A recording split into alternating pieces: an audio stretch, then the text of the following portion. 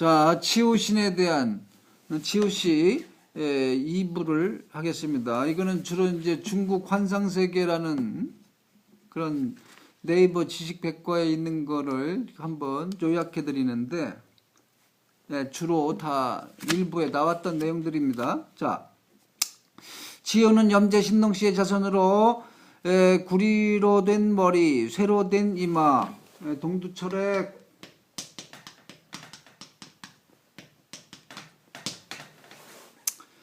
사람의 몸과 소의 발굽을 하고 있고 4개의 눈과 6개의 손 또는 괄호 열고 8개의 팔과 8개의 다리가 달렸다는 설도 있다. 괄호 닫고를 갖고 있다. 소의 머리에 뿔이 달린 신농씨의 자손이니 머리는 소와 흡사했을 것이다.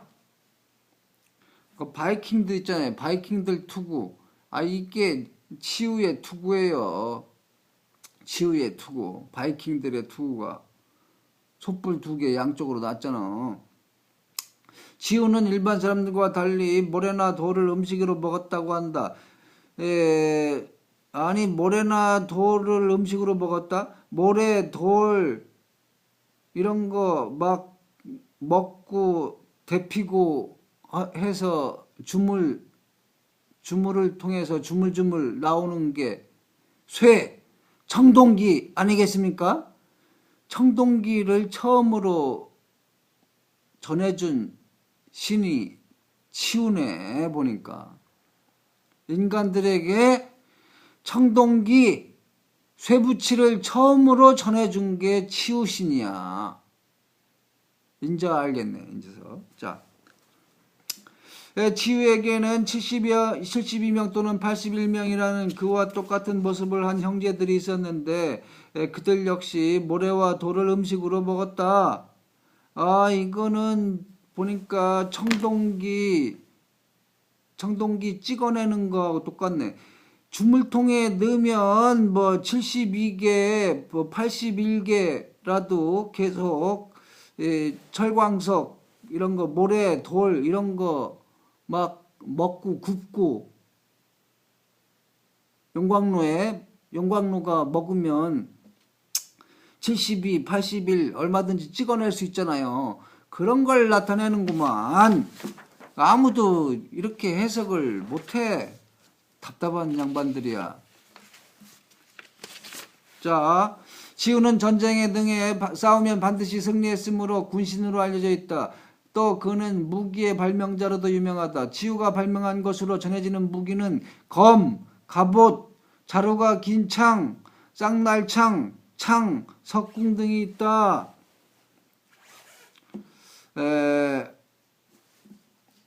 염제 신농씨가 제왕에 오른 후로 8대째가 되던 시절 염제의 그 자손은 덕이 없을 뿐더러 욕망이 이끄는 대로 제후들을 침략했다. 이때 염제의 자손에게 도전했던 인물이 황제. 황제는 호랑이, 표범, 곰, 큰 곰과 같은 맹수를 훈련시킨 부대를 주력으로 하는 운사라는 군대를 이끌고, 운사, 구루문자 써요.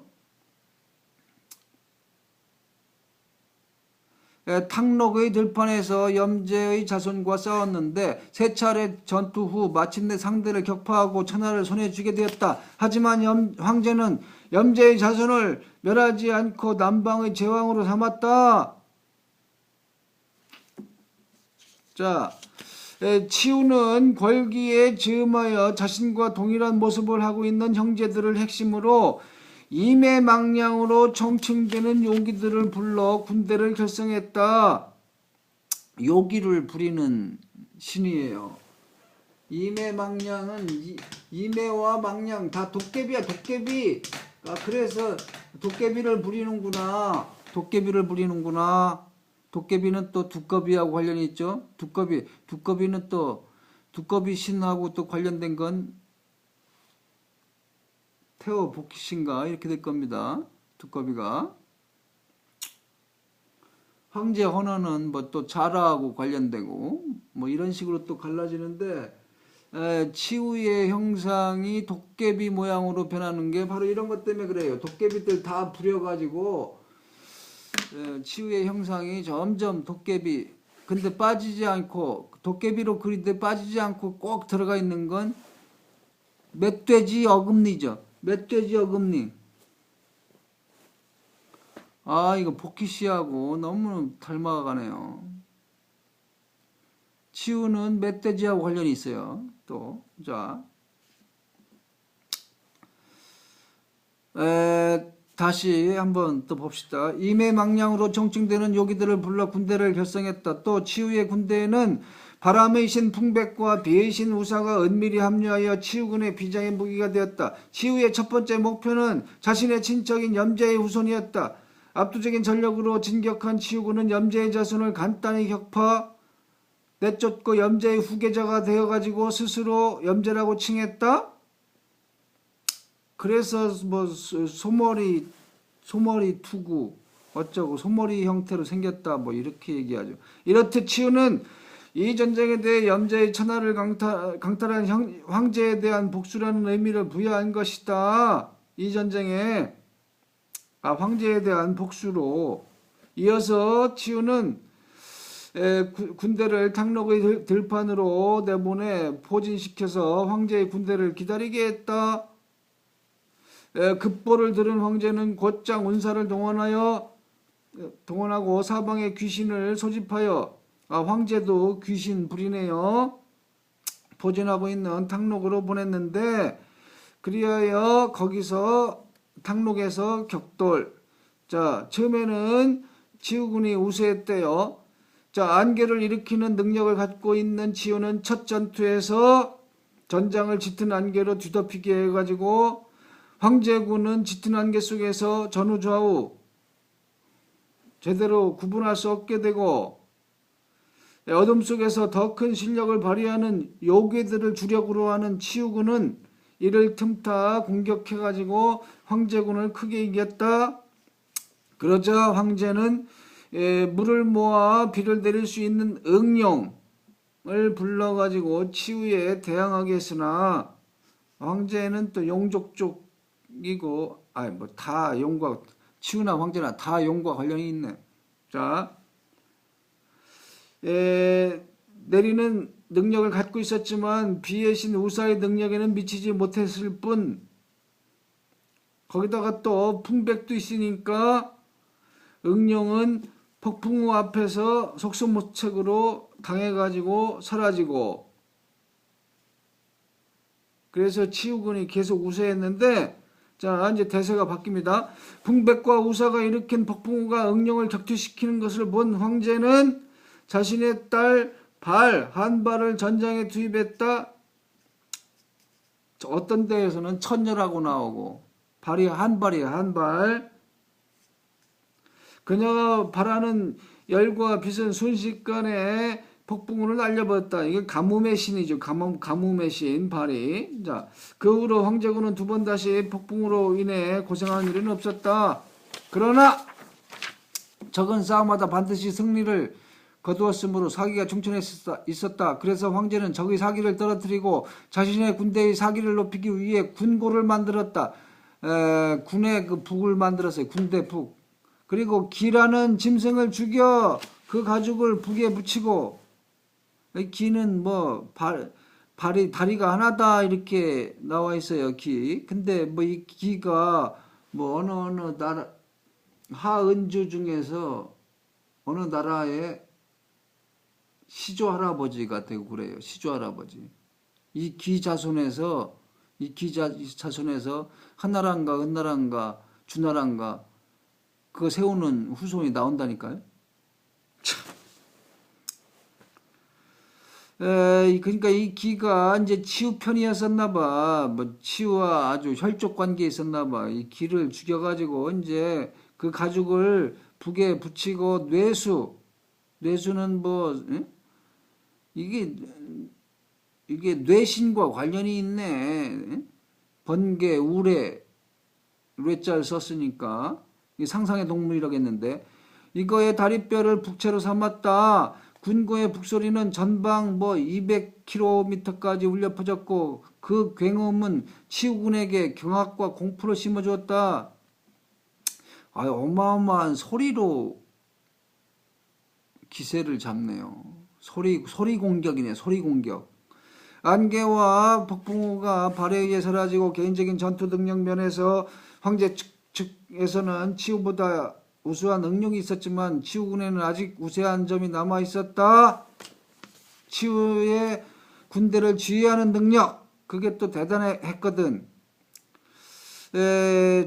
그래서 이제 치우가 여전히 황제군을 괴롭히고 있었는데 황제군의 원군이 왔다. 이거 서쪽으로부터 서쪽. 곤윤의 서왕모는 천현낭랑을 사자로 보내어서 병법서인 음부경을 주었다. 이 책을 본 황제의 지휘 능력은 치우보다 우수해졌다. 음부경이라는 경전이 있네요.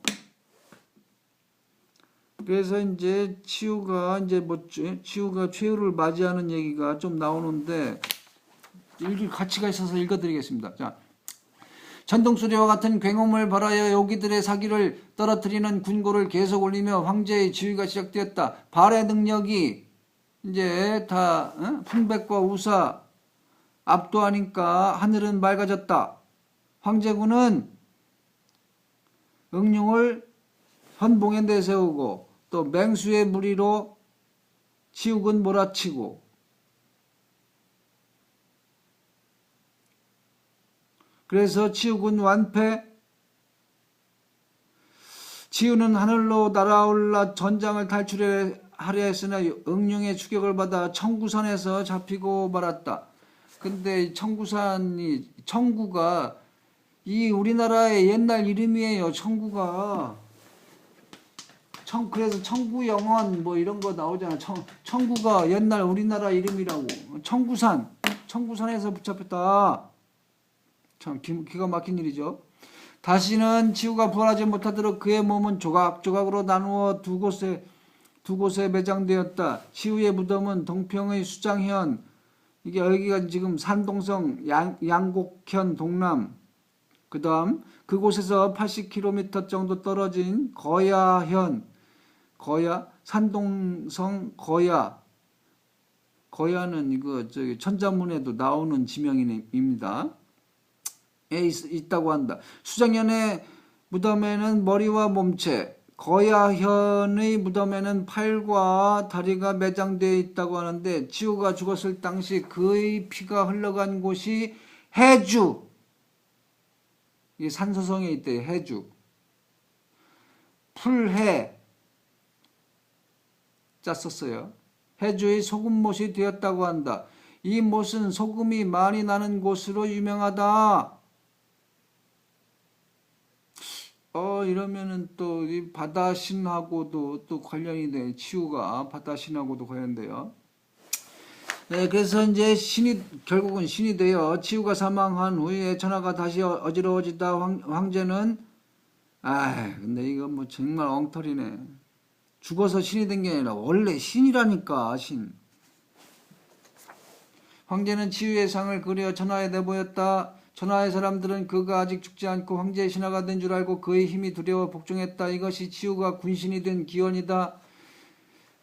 치유가 매장되었다고 전해지는 지역에서는 그를 우러러 모시고 그의 한을 달래기 위해 제를 올렸다. 이윽고 치유는 무기의 발명자로서 또한 무예와 용맹으로서 군신으로 숭배받게 되었다. 능력이 있음에도 목적을 달성하지 못하고 원통하게 죽었다는 점에서 군신의 조건에 적합했던 것이다. 이것이 차츰 발전되어 임해망량 등 요괴들을 이끌고 천하에 도전했던 마신 치유는 사악을 벌하는 신으로도 숭배받게 되었다. 참, 마신, 하긴 뭐 적이라면 다 마신이잖아요. 악마의 신. 자기와 싸우는 적이라면 그렇게 되는 거지. 뭐 멀쩡한 신도. 근데 내가 보기엔 이게 아주 오래된 얘기 같고 무슨 기원전 뭐 2000 몇 년대 잠깐 있었던 싸움이 아니라 아주 오래된 있었던 신들의 얘기 같고 청동기를 이 세상에 전해주는 그런 신화 같습니다. 치유 얘기는. 그리고 실제로 실제로 있는 신이겠죠. 자, 이상